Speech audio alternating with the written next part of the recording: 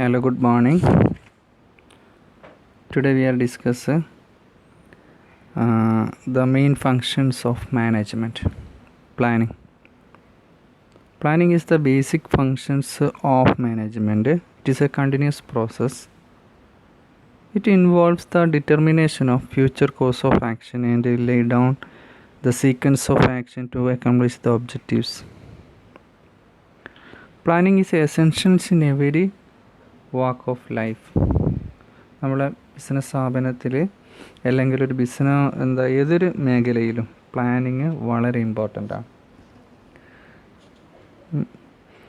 മാനേജ്മെൻറ്റിൻ്റെ ഏറ്റവും പ്രധാനപ്പെട്ട ഒരു ഫങ്ഷനാണ് പ്ലാനിങ്. നമ്മുടെ നിത്യജീവിതത്തിലും നമ്മുടെ ഒബ്ജക്റ്റീവ് സെറ്റ് ചെയ്യുന്നതൊക്കെ പ്ലാനിങ് വളരെ ഇമ്പോർട്ടൻ്റ് ആയിട്ടുള്ള ഒരു ഫങ്ഷൻസാണ്. Each and every person has to frame a plan to proceed in his activities. The plan period may be short or long. നമ്മൾ പ്ലാൻ സെറ്റ് ചെയ്യുമ്പോൾ അതൊന്നില്ലെങ്കിൽ ഷോർട്ട് പീരീഡിലെ പ്ലാൻ ആയിരിക്കാം, അല്ലെങ്കിൽ ലോങ് പീരീഡ് ഉള്ള plan ആയിരിക്കാം. Plan may be short or long. Planning is the first and foremost functions of management. ഏറ്റവും മാനേജ്മെൻറ്റിൻ്റെ ആദ്യത്തെ ഫങ്ഷനാണ് ഇത് planning എന്ന് പറയുന്നത്. ആസൂത്രണം ചെയ്യാമെന്ന് നമ്മൾ മലയാളത്തിൽ പറയും. മുൻകൂട്ടി കാണുക, ഫോർകാസ്റ്റ് ചെയ്യുക. ഫോർകാസ്റ്റിംഗ് വേറെയാണ്, പ്ലാനിങ് വേറെയാണ്. ഫോർകാസ്റ്റിംഗ് എന്ന് പറഞ്ഞാൽ ജസ്റ്റ് ഒന്ന് ഗസ് ചെയ്യുന്ന മാത്രമാണ് നമ്മൾ ഫോർകാസ്റ്റ്. പ്ലാനിങ് എന്ന് പറഞ്ഞാൽ വളരെ സിസ്റ്റമാറ്റിക്കായിട്ട് അറേഞ്ച് ചെയ്യുക, മുൻകൂട്ടി കാണുക. The gap between present and ഫ്യൂച്ചറാണ് ശരിക്കും എന്ത് പറയുന്നത്, പ്ലാനിങ് എന്ന് പറയുന്നത്. നമ്മൾ അടുത്ത മാസം എത്ര ഉൽപ്പാദിപ്പിക്കണം, അല്ലെങ്കിൽ അടുത്ത വർഷം എത്ര ഉൽപ്പാദിപ്പിക്കണം, അപ്പോൾ എത്ര യൂണിറ്റ് ഉൽപ്പാദിപ്പിക്കണം, അങ്ങനെ ആയിരിക്കാം ഒരു ബിസിനസ് സ്ഥാപനത്തിൽ ചിലപ്പോൾ നമ്മൾ പ്ലാൻ ചെയ്യേണ്ടി വരും. ഇപ്പോൾ 500 യൂണിറ്റ് ഉൽപ്പാദിപ്പിക്കണം. അപ്പോൾ അതിന് വേണ്ട റോ മെറ്റീരിയൽ, ലേബർ എത്ര, എന്തൊക്കെ മെഷീനറി എന്തൊക്കെ വേണം എന്നുള്ളത് മുൻകൂട്ടി കാണാം. അതാണ് ഒരു മാനേജ്മെൻറ്റ്. ഈ പ്ലാനിങ് എന്ന് പറയുന്നത് ടോപ്പ് ലെവലിലുണ്ട്, മിഡിൽ ലെവലിലുണ്ട്, ലോവർ ലെവലിൽ. എല്ലാ ലെവലിലും നമ്മളെ ബിസിനസ് സ്ഥാപനത്തിൻ്റെ അല്ലെ മാനേജ്മെൻറ്റിൻ്റെ എല്ലാ തലത്തിലും എന്ത് വരുന്നുണ്ട്, പ്ലാനിങ് വരുന്നുണ്ട്. ഒരു എഫക്റ്റീവായിട്ടുള്ള പ്ലാനിങ് ഉണ്ടെങ്കിൽ മാത്രമേ ഒരു ബിസിനസ് സ്ഥാപനത്തിൻ്റെ ഒബ്ജക്റ്റീവ്സ് അച്ചീവ് ചെയ്യാൻ പറ്റുള്ളൂ. കൃത്യമായ ആസൂത്രണം ഉണ്ടായിരിക്കണം. Effective planning facilitates early achievement of objectives which depend upon the efficiency of the planner. ഒരു നല്ലൊരു പ്ലാൻ ആണെങ്കിൽ അവിടെ പെട്ടെന്ന് എന്തുണ്ടാകും, അച്ചീവ്മെൻറ്റ്. നമ്മളിപ്പോൾ വീടൊക്കെ നിർമ്മിക്കും, നമ്മൾ എന്ത് ചെയ്യും, ആദ്യം എന്താ ചെയ്യുക, പ്ലാൻ ചെയ്യും, പ്ലാൻ വരപ്പിക്കും. ഇല്ല, നല്ലൊരു പ്ലാൻ ആണെങ്കിൽ ആ വീട് എന്ത് ചെയ്യും, അതിൻ്റെ വർക്കൊക്കെ പെട്ടെന്ന് കഴിയും.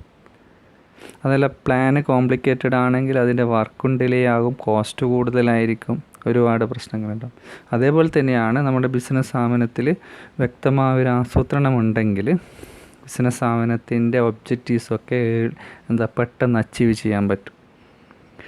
A planner can develop his efficiency by preparing himself to face the functional development. നോക്കാം. പ്ലാനിങ് ഈസ് എൻ ഇൻ്റലക്ച്വൽ പ്രോസസ്സാണ്, അല്ലെ, ബുദ്ധിപരമായ ഒരു പ്രക്രിയയാണ് എന്ത് പറയുന്നത്, പ്ലാനിങ് എന്ന് പറയുന്നത്. അതൊരു ഫിസിക്കലായിട്ട് ബന്ധപ്പെട്ടതൊന്നുമല്ല, അല്ലേ. ഒരു നല്ല ഫിസിക്കൽ സ്ട്രെങ്ത് ഉള്ള ഒരാൾക്ക് ചിലപ്പോൾ എന്ത് ചെയ്യണമെന്നില്ല, കൃത്യമായ പ്ലാൻ ഉണ്ടാക്കണമെന്നൊന്നുമില്ല. അത് ബോഡിയായിട്ടൊരു ബന്ധമില്ല. എന്തുമായിട്ടാണ് ബന്ധം, intellectual process of thinking resort to decide to course of action which help achieve the pre-determined objectives of the organization future. ഈ പ്ലാനിങ് എന്ന് പറയുന്നത് ഫ്യൂച്ചറുമായിട്ട് ബന്ധപ്പെട്ടതാണ്. അപ്പോൾ നമ്മൾ മുൻകൂട്ടി തയ്യാറാക്കിയ കുറേ ഒബ്ജക്റ്റീവ്സുകളുണ്ട്. അത് അച്ചീവ് ചെയ്യാൻ വേണ്ടിയിട്ട് നമ്മളെ മാനേജ്മെൻറ്റിൻ്റെ ഇൻ്റലക്ച്വൽ പ്രോസസ് ഓഫ് തിങ്കിങ് ആണ് ശരിക്കും എന്ന് പറയുന്നത് പ്ലാനിങ് എന്ന് പറയുന്നത്. Separate plans are prepared for various department, അല്ലേ. ഓരോ ബിസിനസ് സ്ഥാപനത്തിൽ ഒരുപാട് ഡിപ്പാർട്ട്മെൻറ്റുകളുണ്ടാവും. പ്രൊഡക്ഷൻ ഡിപ്പാർട്ട്മെൻറ്റ് ഉണ്ടാവും, അല്ലെ ഫിനാൻസ് ഡിപ്പാർട്ട്മെൻറ്റ് ഉണ്ടാവും. ആ ഡിപ്പാർട്ട്മെൻറ്റിൻ്റെ ഫങ്ഷൻസ് എന്ത് ചെയ്യും, കൃത്യമായിട്ട് ക്രമീകരിക്കാൻ പ്ലാന് കൊണ്ട് സാധിക്കും. അല്ലെങ്കിൽ എല്ലാ ഡിപ്പാർട്ട്മെൻറ്റിലും എന്ത് ഉണ്ട്, പ്ലാനിങ് ഉണ്ട്. Then the top executive of the organization takes step to coordinate the various departmental plans. ഈ പ്ലാനൊക്കെ തയ്യാറാക്കുന്നത് ടോപ്പ് എക്സിക്യൂട്ടീവ്സ് ആയിരിക്കും. നോക്കാം. അതിൽ ഏറ്റവും പ്ലാനിങ്ങിൻ്റെ നല്ലൊരു ഡെഫിനിഷൻ പോൺസ് ഡിഫൈൻ ചെയ്തിട്ടുണ്ട്. പോൺസ് പറയുന്നു planning is deciding in advance. നമ്മൾ മുൻകൂട്ടി ഡിസൈഡ് ചെയ്യുക, അഡ്വാൻസ് ആയിട്ട് നമ്മൾ തയ്യാറാക്കുക. എന്താ, what to do, when and how to do and who is going to do it. ഇതിനെയാണ് ശരിക്കും എന്താ പറയുന്നത്, പ്ലാനിങ് എന്ന് പറയുന്നത്.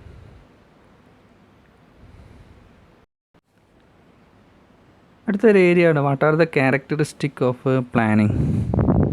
എന്തൊക്കെയാണ് പ്ലാനിങ്ങിൻ്റെ characteristic? Planning is looking in to the future. ഫ്യൂച്ചറിലേക്കുള്ള കാര്യമാണ് നമ്മൾ എന്ത് ചെയ്യുക, ഡിസൈഡ് ചെയ്യുന്നത്. ലുക്കിംഗ് ഫോർ ദ ഫ്യൂച്ചർ അല്ലേ, ലുക്കിംഗ് അറ്റ് ദ ഫ്യൂച്ചർ. ഫ്യൂച്ചറിലേക്കാണ് നമ്മൾ എന്ത് ചെയ്യുന്നത്, ഡിസൈഡ് ചെയ്യുന്നത്. നെക്സ്റ്റ് ഇയറിൽ എന്ത് ചെയ്യണം, അതാണ് ശരിക്കും പ്ലാനിങ് എന്ന് പറയുന്നത്. മുൻകൂട്ടി എന്ത് ചെയ്യുക, ഡിസൈഡ് ചെയ്യുകയാണ്. അപ്പോൾ അതെപ്പോഴും എന്തുമായിട്ട് ബന്ധപ്പെട്ടതാണ്, ഫ്യൂച്ചറുമായിട്ട് ബന്ധപ്പെട്ടതാണ്. It involve pre determined line of action. നമ്മൾ മുൻകൂട്ടി എന്ത് ചെയ്തിട്ടുണ്ട്, കുറച്ച് കാര്യങ്ങളൊക്കെ റെഡിയാക്കി വെച്ചിട്ടുണ്ട്. To discover the best alternative out of available many alternatives. കുറേ എന്തുണ്ട്, ഓപ്ഷൻസ് ഉണ്ട്. നമുക്ക് ഏതാണ് ബെസ്റ്റ് എന്നുള്ളത് സെലക്ട് ചെയ്യുകയാണ് ശരിക്കും എന്ന് പറയുന്നത് പ്ലാനിങ്ങിൻ്റെ അകത്ത് ചെയ്യുന്നത് ഇല്ലേ. നമുക്ക് എന്താ, ഒരു ബിസിനസ് സ്ഥാപനത്തിൽ 3 പ്രൊഡക്റ്റ് ഉണ്ടെന്ന് വിചാരിക്കുക, ABC 3 പ്രൊഡക്റ്റാണ്. ഇതിൽ എത്ര ഉൽപ്പാദിപ്പിക്കണം, പ്രൊഡ്യൂസ് ചെയ്യണം, B എത്ര പ്രൊഡ്യൂസ് ചെയ്യണം, C എത്ര പ്രൊഡ്യൂസ് ചെയ്യണം, അല്ലെങ്കിൽ A മാത്രം പ്രൊഡ്യൂസ് ചെയ്താൽ മതിയോ?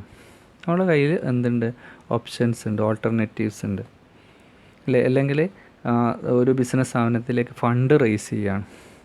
ഫണ്ട് റേസ് ചെയ്യാൻ നിങ്ങൾക്ക് അറിയാം, ഷെയറുകളുണ്ട്, ഇക്വിറ്റി ഷെയർ ഉണ്ട്, പ്രിഫറൻസ് ഷെയർസ് ഉണ്ട്, ഡിബെഞ്ചേഴ്സ് ഉണ്ട്.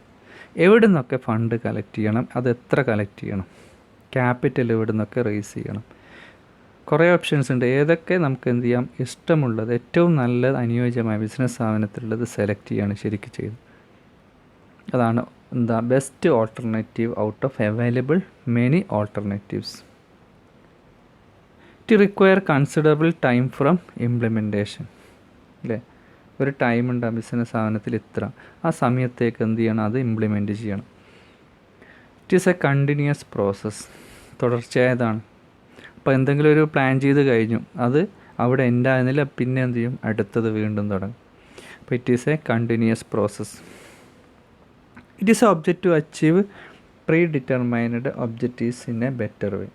നമ്മൾ മുൻകൂട്ടി തയ്യാറാക്കിയ ലക്ഷ്യങ്ങൾ, എന്തെങ്കിലും കാര്യങ്ങൾ ഏറ്റവും നല്ല രീതിയിൽ അച്ചീവ് ചെയ്യാം.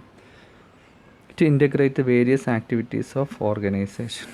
ഇത് എല്ലാ ആക്ടിവിറ്റീസുമായിട്ട് എന്തുകൊണ്ട് ബന്ധപ്പെട്ട് കിടക്കുന്നു.